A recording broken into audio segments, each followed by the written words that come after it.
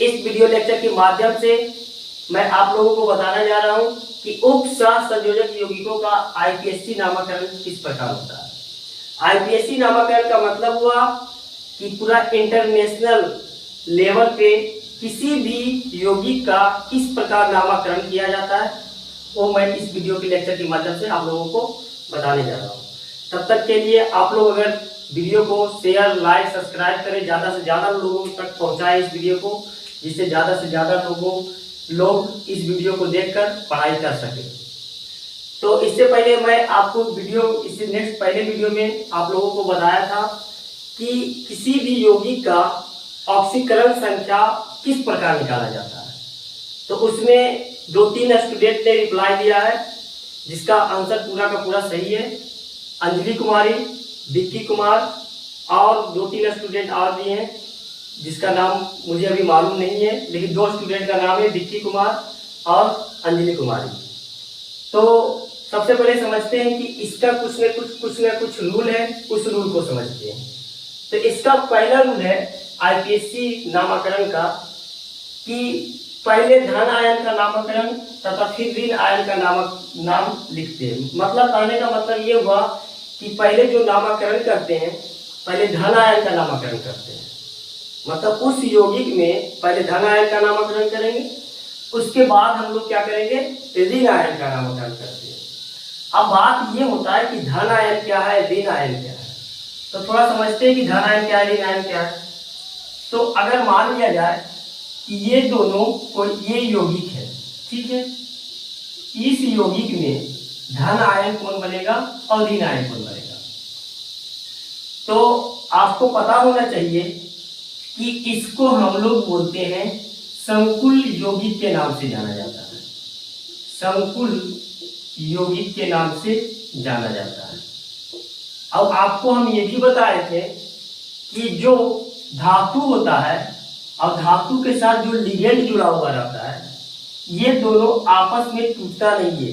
मतलब कहने का मतलब बहुत मजबूत बंधक के साथ क्या होता है, जुड़ा हुआ रहता है। तो जब भी इस यौगिक को किसी विलयन में डालेंगे तो ये ब्रेक जो होगा यहां से ब्रेक होगा, मतलब जो टूटेगा यहां से टूटेगा। तो ये टूटेगा तो ये के जो है बन जाएगा ये प्लस, और बाकी जितना भी यौगिक है जो ब्रैकेट के अंदर है ये बन जाएगा माइनस। ठीक है, तो इसका पहला रूल समझते हैं। इसके पहला रूल में ये बताया गया है कि सबसे पहले धन आयन का नामकरण किया जाता है। तो इसमें धन आयन कौन सा हुआ, पोटासियम। तो सबसे पहले नामकरण किसका करेंगे, पोटासियम का करेंगे। समझ में आ गया बात। दूसरा रूल ये है कि धन आयन या ऋण आयन का नाम लिखते समय इसकी संख्या का उल्लेख नहीं किया जाता है। तो अगर धन आयन मतलब धन आयन या ऋण आयन का नाम हम लिखेंगे तो इसका संख्या का उल्लेख नहीं किया जाता। इसका मतलब क्या हुआ समझते हैं। जैसे मान लिया जाए कि पोटासियम का बात करें तो पोटासियम का कितना संख्या है, यहाँ पे 4। तो पोटासियम का संख्या 4 नहीं लिख करके केवल और केवल जो हम सब लिखेंगे वही पोटासियम लिखेंगे। समझ में आ गया बात। केवल और केवल क्या लिखाएगा, पोटासियम लिखाएगा। तो अब इसके बारे में थोड़ा समझते हैं, ठीक है। तो ये है, इसको अगर टूटेगा तो मतलब ब्रेक जो होगा इधर से ब्रेक होगा, काउंटर आयन और प्लस ब्रैकेट में। तो ये जो टूटेगा ये टूटेगा CuNH3 ये होगा प्लस और ये होगा माइनस। तो इसमें धन आयन कौन बना, ब्रैकेट के अंदर। तो सबसे पहले नामकरण किसका लिखेंगे, जो ब्रैकेट के अंदर दिया हुआ उसका लिखेंगे, और ऋण आयन का नामकरण बाद में लिखेंगे। तो कहने का मतलब है ये पहला रूल ये बता रहा है कि केवल और केवल सबसे पहले जो नाम लिखना है धन आयन का लिखना है। अगर ब्रैकेट धन आयन बनेगा तो ब्रैकेट के अंदर जितना भी तत्व है पहले उसका नामकरण लिखेंगे, या ब्रैकेट के बाहर कोई तत्व है अगर वो धन आयन बना तो उसका सबसे पहले नामकरण लिखेंगे। समझ आ गया। दूसरा रूल ये बता रहा है कि धन या ऋण आयन का नाम लिखते समय इनकी संख्या का उल्लेख नहीं किया जाता है। अगर धन आयन और ऋण आयन दोनों का अगर नामकरण हम जब लिखेंगे पहले धन आयन का लिखेंगे, उसके बाद ऋण आयन का लिखेंगे। तो इसका कितना संख्या है इसका उल्लेख हमको नहीं करना है। जैसे पोटासियम के यहाँ संख्या का बात करें तो पोटासियम का संख्या कितना हुआ 4, इसका संख्या का उल्लेख नहीं कर करके केवल पोटासियम लिखेंगे। अब बात करते हैं, जैसे यहाँ पे क्लोरीन का बात करते हैं तो क्लोरीन तो यहाँ ऋण आयन है, तो सबसे पहले नाम तो लिखना है धन आयन का। अब क्लोरीन जब यहाँ पे 2 में पड़ा हुआ तो इसका नामकरण लिखने के समय केवल क्लोरीन लिखा जाएगा। समझ में आ गया बात? आप इसको स्क्रीनशॉट ले लें। इसके बाद थर्ड रूल बताने वाले हैं, फोर्थ रूल। टोटल 8 रूल आने वाला है इसी से रिलेटेड। तो रूल याद कीजिएगा कि फर्स्ट रूल ये बताया गया है कि सबसे पहले धन आयन का नामकरण किया जाता है। दूसरा रूल ये बताया गया है कि धन आयन और ऋण आयन का संख्या का उल्लेख नामकरण में नहीं किया जाता है। ठीक है, अब थर्ड रूल, इसको आप स्क्रीनशॉट रख लें। तो तीसरा रूल ये है, उपसहसंयोजक यौगिक का तीसरा रूल ये बताता है कि अगर संकुल आयन का नाम लिखते समय पहले लिगेंड का नाम लिखते हैं, लिगेंड के नाम से पहले लिगेंड की संख्या का उल्लेख करते हैं तथा लिगेंड के नाम के बाद केंद्रीय धातु का आयन का नाम लिखते हैं तथा धातु आयन के नाम के बाद इस धातु की ऑक्सीकरण अवस्था का उल्लेख छोटे कोष्ठक में करते हैं। आप इसको स्क्रीनशॉट ले, हम इसको समझाते हैं। ठीक है,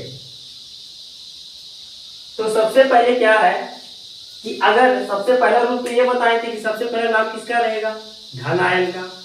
धन आयन का नाम लिखने के बाद उसके बाद हमको क्या करना है, लिगेंड का नाम लिखना।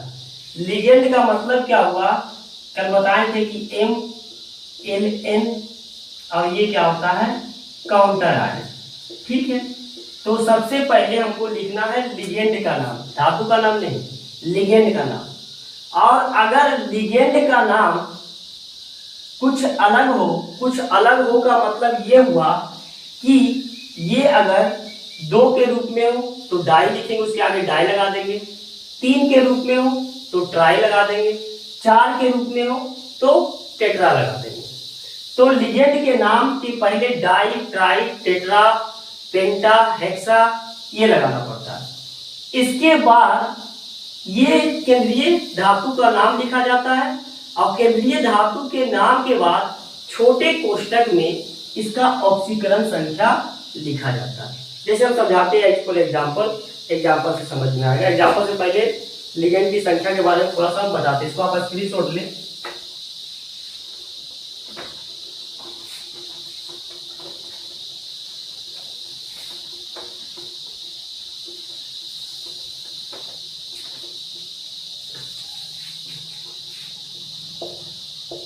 जैसे मान लिया जाए कि लिगेंड की संख्या, ठीक है, लिगेंड की संख्या और एक तरफ इसका नाम। ठीक है, अगर लिगेंड की संख्या 1 रूप में रहेगा तो इसका कोई भी नाम नहीं होगा, कोई नाम नहीं होगा। अगर लिगेंड की संख्या 2 रूप में रहेगा तो होगा डाई। अगर 3 रूप में पाया जाएगा तो इसका नाम जो होगा ट्राई। अगर 4 रूप में पाया जाएगा तो होगा टेट्रा। और 5 रूप में पाया जाएगा तो पेंटा। और 6 रूप में पाया जाएगा तो हेक्सा। अब ये जो नाम है लिगेंड से पहले लगता है। ये जो डाई, ट्राई, टेट्रा, पेंटा, हेक्सा जो है लिगेंड से पहले। तो सबसे पहले नाम किसका लिखना है धन आयन का। उसके बाद लिखना है कोष्ठक के अंदर जो दिया हुआ रहेगा लिगेंड उसका नाम लिखना है। लिगेंड में अगर 2 के रूप में रहेगा तो डाई, 3 के रूप में रहेगा तो ट्राई, 4 के रूप में रहेगा तो टेट्रा, 5 के रूप में रहेगा तो पेंटा, 6 के रूप में रहेगा तो हेक्सा। लेकिन लिगेंड के नाम के पहले लिखना है। समझ में आ गया? इसको हम एग्जांपल से समझते हैं थोड़ा सा। ठीक है,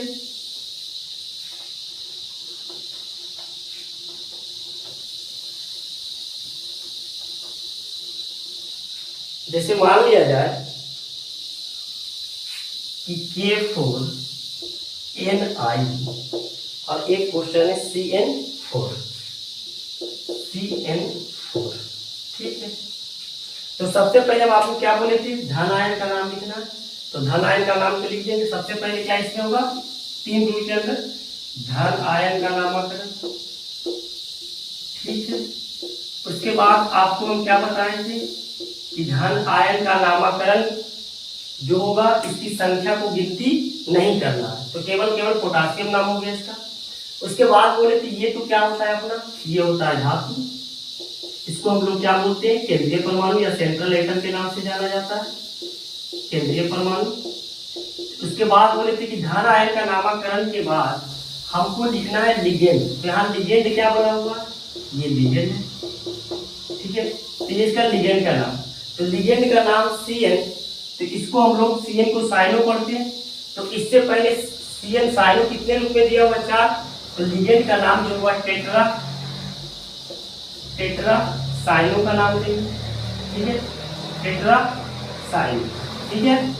उसके बाद हम क्या बोले थे, उसके बाद इसमें जो करना है, उसके बाद केंद्रीय परमाणु का नाम देना है। केंद्रीय परमाणु का नाम क्या है, निकेल, तो निकेल, ठीक है। अब बात है कि निकेल के बाद इसका ऑक्सीकरण संख्या निकालना होगा। तो इसका ऑक्सीकरण संख्या निकालने के लिए आपको हम बताए थे कि निकेल का ऑक्सीकरण संख्या क्या होता है। तो निकेल का ऑक्सीकरण संख्या जिसको निकालना उसको x साइनो के लिए -1, तो 4 के लिए -4, और इसका क्या हो जाएगा x - 4 = ये कितना धन आयन है, 4 धन आयन, तो ये टूटेगा, तो इसको हम लिख सकते हैं +4, तो x = कितना हो जाएगा, ये हो जाएगा 8, ठीक है। x = कितना हो गया 8, तो मेरा सॉरी x = ये कितना हो गया, पोटासियम साइनो पे जो होता है ये क्या होता है x - 4, अब ये क्या हो जाएगा +4 = 0, क्योंकि इस पे जो चार्ज होता है ये +4 होता है, और सबको क्या करना है = कितना 0, तो x = कितना आ गया 0। तो निकेल के बाद जो ऑक्सीकरण संख्या आएगा इसको छोटी कोष्ठक में लिखना इस प्रकार से। तो याद रखिएगा, सबसे पहले धन आयन का नामकरण, उसके बाद किसका नामकरण, लिगेंड का नामकरण। अगर लिगेंड 2, 3, 4, 5 रूप में पाया जाएगा तो उसके ऊपर टेट्रा, 2 रूप में पाया जाएगा तो डाई, 3 में ट्राई, 4 में टेट्रा, 5 में पेंटा, इस प्रकार लिखा जाएगा। उसके बाद केंद्रीय परमाणु का नाम, उसके बाद केंद्रीय परमाणु का जो ऑक्सीकरण संख्या होगा उसको लिखना है छोटी ब्रैकेट के अंदर। तो तीसरा रूल तक आपको सब समझ में आ गया होगा, आप इसको नोट कर लें, स्क्रीनशॉट लें। चौथा रूल ये है कि यदि संकुल यौगिक में एक से अधिक प्रकार के लिगेंड उपस्थित हो तो इन लिगेंडों का नाम अंग्रेजी वर्णमाला के क्रम में लिखते हैं। इसका मतलब ये हुआ कि ये अपना संकुल यौगिक है, ये जो ब्रैकेट के अंदर है इसको हम लोग क्या बोलते हैं, संकुल यौगिक के नाम से जाना जाता है। और इस यौगिक के अंतर्गत ये दोनों क्या है, लिगेंड है, और ये क्या है, केंद्रीय परमाणु, सेंट्रल एटम। तो अगर लिगेंड 2 या 2 से अधिक हो तो उस लिगेंडों का नामकरण अंग्रेजी वर्णमाला के अनुसार किया जाता है। अंग्रेजी वर्णमाला के अनुसार का मतलब हुआ अल्फाबेटिकली ऑर्डर, ठीक है। तो जैसे मान लें कि यहाँ पे वाटर है, तो वाटर को एक्वा बोलते हैं, एक्वा। और क्लोरीन, मतलब क्लोरीन जो स्टार्ट हो रहा है वो किससे, सी से, और एक्वा जो स्टार्ट हो रहा है ए से। तो अंग्रेजी वर्णमाला में सबसे पहले ए आता है, उसके बाद सी आता है। तो नामकरण जो करेंगे सबसे पहले एक्वा लिखाएगा, उसके बाद क्लोरीन का लिखाएगा। बात समझ में आ गया। इस यौगिक का देखते हैं, तो ये क्या है, एमीन ए से, और ये क्या है, नाइट्रो एन से। तो सबसे पहले जो नाम लिखेंगे लिगेंड का वो एमीन लिखाएगा, उसके बाद नाइट्रो लिखाएगा। समझ में आ गया बात। पांचवा रूल ये है कि यदि किसी लिगेंड में पहले से ही डाई, ट्राई, टेट्रा आदि सब उपस्थित हो तो ऐसे लिगेंड की संख्या उल्लेख करने के लिए डाई, ट्राई, टेट्रा शब्द नहीं लगाना चाहिए। मतलब कहने का मतलब है कि EN दिया हुआ है, EN का मतलब ये हुआ कि इथिलीन डाइएमीन दिया हुआ है, तो इसमें ऑलरेडी डाई तो ऑलरेडी मौजूद है, तो इसका नामकरण से पहले ईएन में अगर डाई दिया हुआ है तो इसका नामकरण से पहले ट्राइस लगाना पड़ता है। जैसे ये बेंजीन है तो बेंजीन में जो 2 बेंजीन दिया हुआ है तो इसके नाम से पहले हमको क्या लगाना पड़ेगा, बिस लगाना पड़ेगा। तो ये आपका 5 रूल है। अभी इसका और रूल बचा हुआ है। तो पहला रूल जो हम बताए थे, अगर याद होगा आपको, तो पहला रूल ये था कि सबसे पहले किसका लिखा जाता है, धन आयन का नाम लिखा जाता है। अगर धन आयन का सबसे पहले नाम लिख लेंगे, अगर धन आयन का नाम लिखा गया है उसके बाद हमको पहले लिगेंड का नाम लिखा जाता है। लिगेंड में भी अगर डाई ट्राई टेट्रा है तो डाई ट्राई टेट्रा लगाना पड़ता है। उसके बाद तीसरा रूल भी बता चुके हैं और ये इसका चौथा रूल है और ये इसका 5वां रूल है। ठीक है, आप इसको अच्छा से स्क्रीनशॉट ले लें। ठीक है,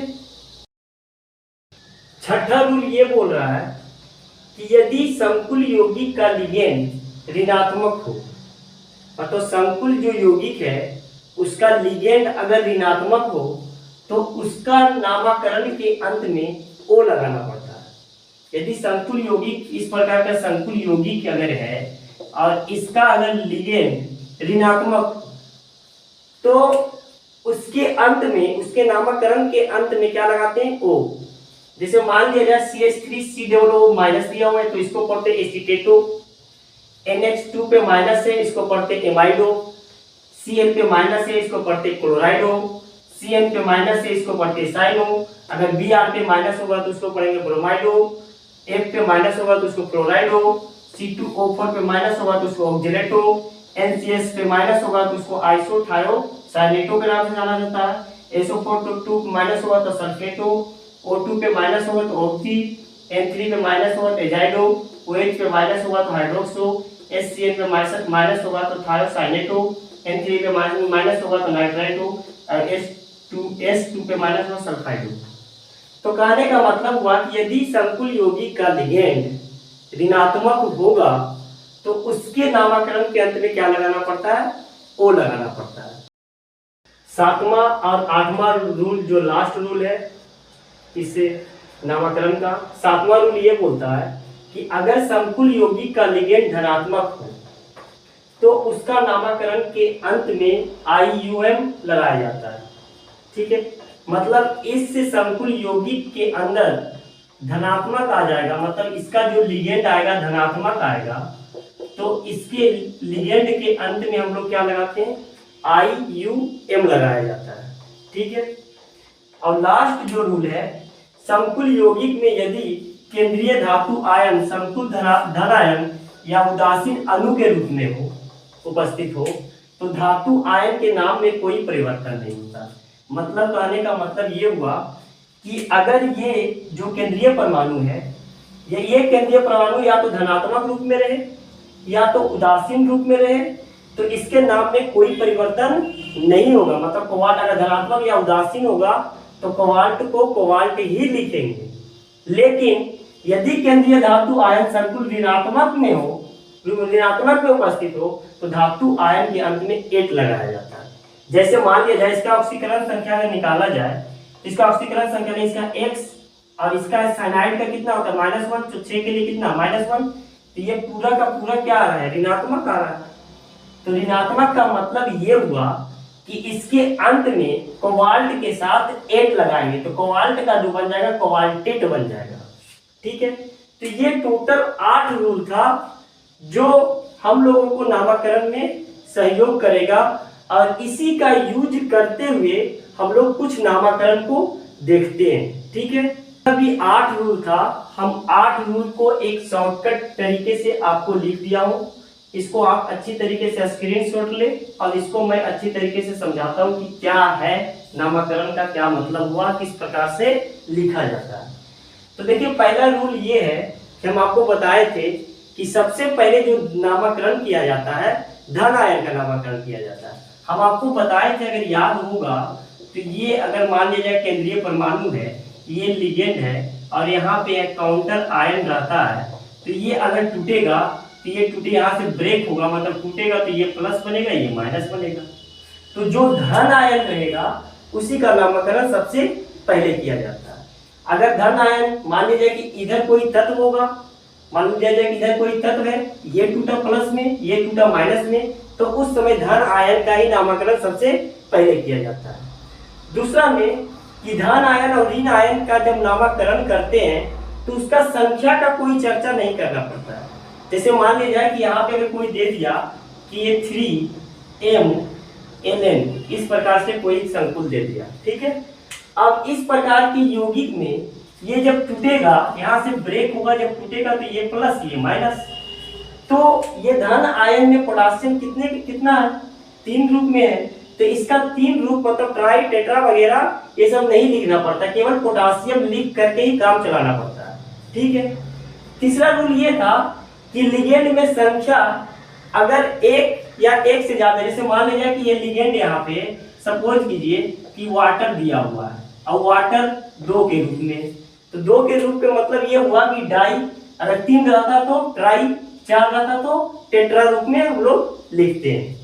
चौथा है कि अगर लिगेंड मान लिया जाए कि ये इस प्रकार से लिगेंड है L1 L2 L3, ठीक है, तो इस लिगेंड को अल्फाबेटिकली ऑर्डर पे लिखा जाता है, मतलब अंग्रेजी वर्णमाला के अनुसार। जैसे मान लिया जाए कि L1 के जगह पर वाटर हो और L2 के जगह पर एमिन ग्रुप हो और L3 के जगह पर नाइट्रो ग्रुप है, तो वाटर मतलब इसको जो लिखा जाता है एक्वा लिखा जाता है, इसको लिखा जाता है एमिन और इसको लिखा जाता है नाइट्रो।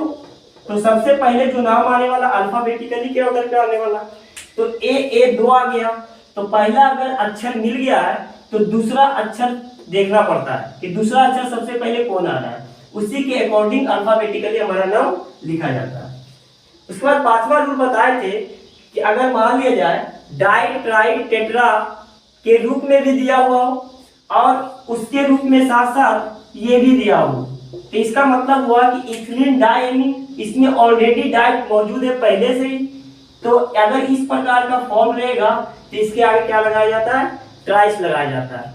अगर बेंजीन का ग्रुप होगा, C6H6 का ग्रुप होगा, तो इसके आगे क्या लगाया जाता है, बिस लगाया जाता है, ये आपको मैं बता चुका हूँ। उसके बाद छठा रूल ये बताए थे, अगर लिगेंड ऋणात्मक हो, लिगेंड ऋणात्मक का मतलब ये हुआ कि L1 L2 L3 ऋणात्मक रूप में हो, तो लिगेंड के नामकरण के अंत में हम लोग क्या लगाते हैं, O लगाया जाता है। उसके बाद ये भी बोले थे कि लिगेंड अगर धनात्मक हो तो उसके अंत में क्या लगाते हैं, IUM लगाया जाता है। उसके बाद आपको बताए थे कि अगर केंद्रीय परमाणु या धातु धनात्मक रूप में या उदासीन रूप में हो तो उसका जो नामकरण रहता है, जैसे कोबाल्ट है केंद्रीय परमाणु, तो कोबाल्ट का नाम कोबाल्ट ही रह जाता है। लेकिन यदि केंद्रीय परमाणु ऋणात्मक रूप में अगर पाया जाएगा तो उसके नाम के पीछे क्या लगाया जाएगा, 8 लगाया जाता है। आप इसको अच्छी तरीके से स्क्रीनशॉट लें। उसके बाद मैं कुछ क्वेश्चन आज करता हूं और कुछ क्वेश्चन कल भी करूंगा, ठीक है।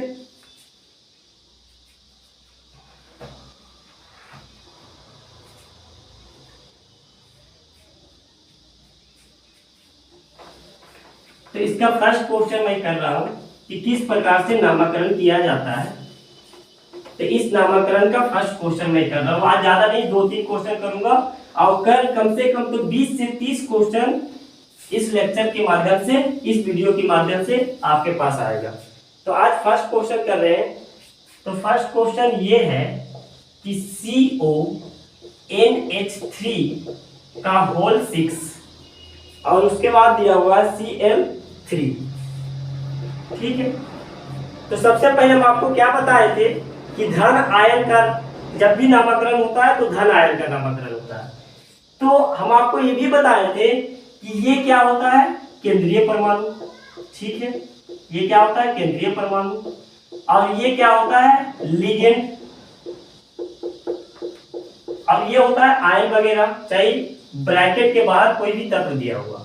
तो आपको ये पता होना चाहिए कि क्लोरीन जब भी, लिगेंड और केंद्रीय परमाणु तो आपस में टूटेगा नहीं क्योंकि ये दोनों मजबूत बंधन के साथ जुड़ा हुआ है, तो जब भी टूटेगा ब्रैकेट से ही टूटेगा, मतलब यहाँ से ब्रेक हुआ तो टूटने के बाद ये प्लस और ये माइनस, तो धन आयन यहाँ पे कौन बना, संकुल यौगिक बना। तो संकुल यौगिक का मतलब ये हुआ कि सबसे पहले हम लोग क्या करेंगे, धन आयन का नामकरण करेंगे। तो धन आयन का नामकरण करेंगे अब धन आयन का नामकरण में से भी हम लोग को क्या करना है, सबसे पहले नामकरण लिगेंड का नामकरण करना है। तो लिगेंड क्या है, NH3। NH3 का मतलब क्या जुड़ा हुआ है, एमिन ग्रुप। तो एमिन ग्रुप के आगे कितना है, 6 है। तो 6 को हम लोग क्या बोले थे, हेक्सा। तो हेक्सा एमिन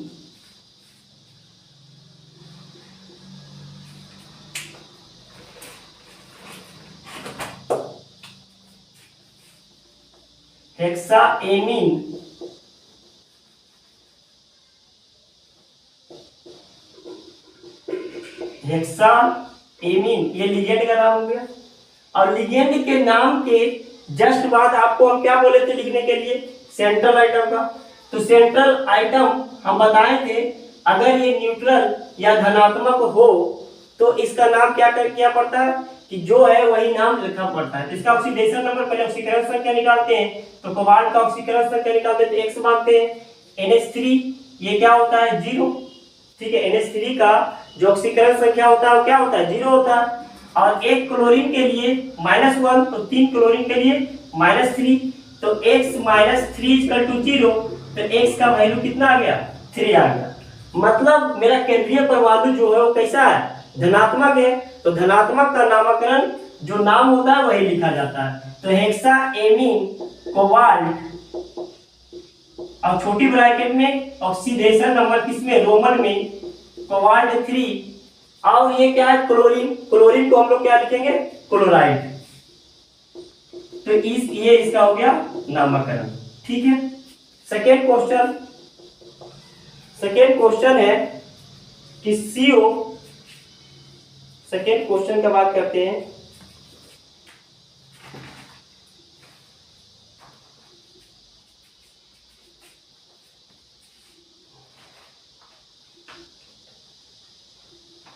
सेकेंड क्वेश्चन है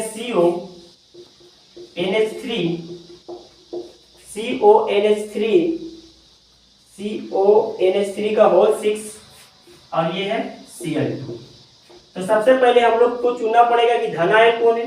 तो ये भी ना है तो ये क्या बना, धन आयन। यहां से टूटा तो ये धन आयन बना।